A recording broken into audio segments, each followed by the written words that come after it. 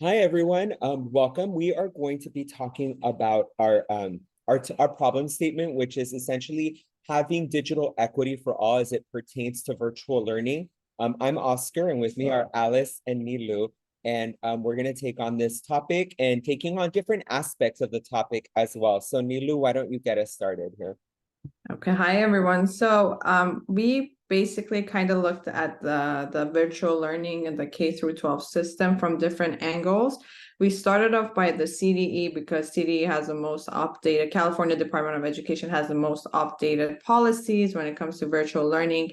And we kind of went through some of the policies they have in place, such as all school districts now they have to offer virtual learning for students as an option for education. So we went off based off that. So if all school districts are offering a virtual program for their students, then how can we provide equity in that regard? One of the big problems was that came up was access to internet and virtual learning, which during the COVID pandemic and shifting to online education, a lot of teachers and students had difficulty with that. Another aspect is how leadership, school leadership, and educational leadership practices change when it comes to virtual spaces. And I'm kind of talking about these new ideas of virtual leadership, which pertains to more of a democratic leadership style, shared practices, and like having a group of people sharing those leadership roles when it comes to virtual spaces. And then also, we kind of looked at the best practices that could help elevate the quality of the education that we bring to students in the virtual education world. So those were kind of the lenses that we kind of covered when it came to the policies and bringing equitable education in the K through 12 virtual education. Thank you, Nilou. Now we're going to pass it over to Alice to help us out with the legal aspect of it. So in virtual learning, there's advocates and opposed who think online virtual learning is actually taking students away from the designated like brick and mortar public school setting. So especially for like charter online schools, they face a lot of roadblocks, especially with finance. So they have a lot of finance burdens because there's a lot of uncertainties every year when it comes to funding of how much they will receive every year. And it really depends on the state budget and really depends on who's in office. So because they're so vulnerable to funding cuts, we have some issues with like management organization because there's a high turnover of teachers and we see schools closing. And so to make sure to remediate these issues, it's really important to see and focus on those policies that help online schools. And some of the things that we have to actually look at are the laws and regulations. I look closely, especially in California, because that's where I work. But California schools really implemented um, like policies that help non-class based from like charter schools like that are online, but also it helps, but it doesn't because it really depends on enrollment and engagement, and they make it stricter every year because they're trying to take funds away in a sense and trying to allocate them as much as possible to more public schools. And so now we have new regulations where students they attend, but they also have to be on webcam.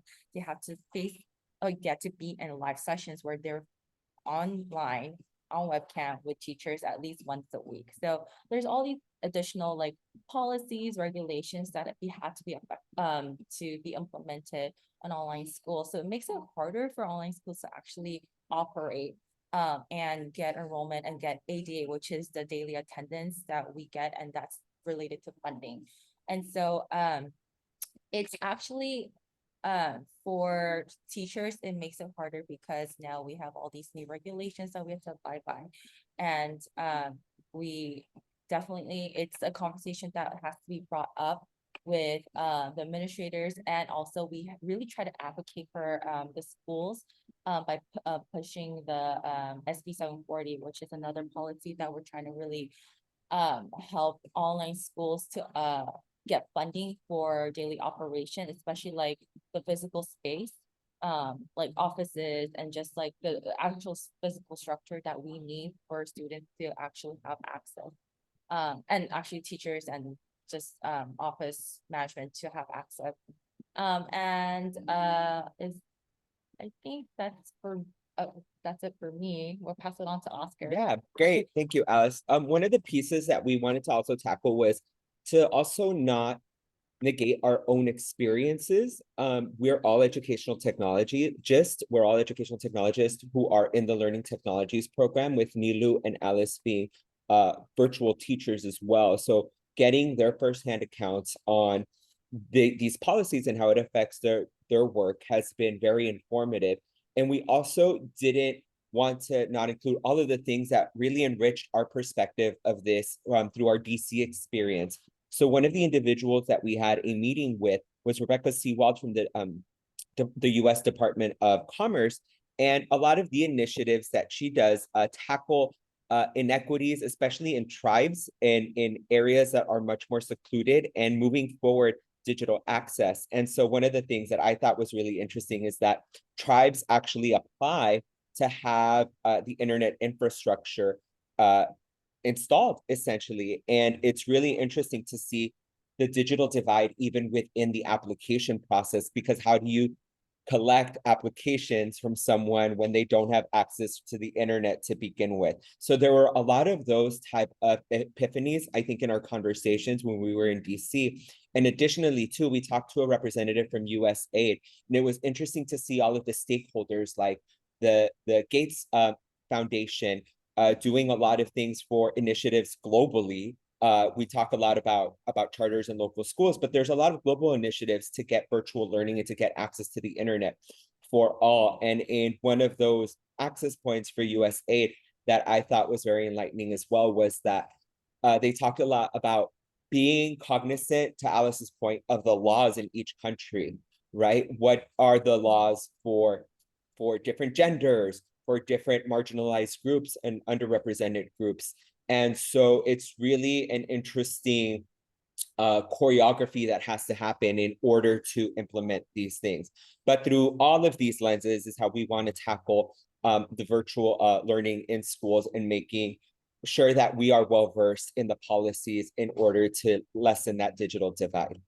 So on that note, thank you everyone for listening. And yeah, thank you. Woo! Thank you.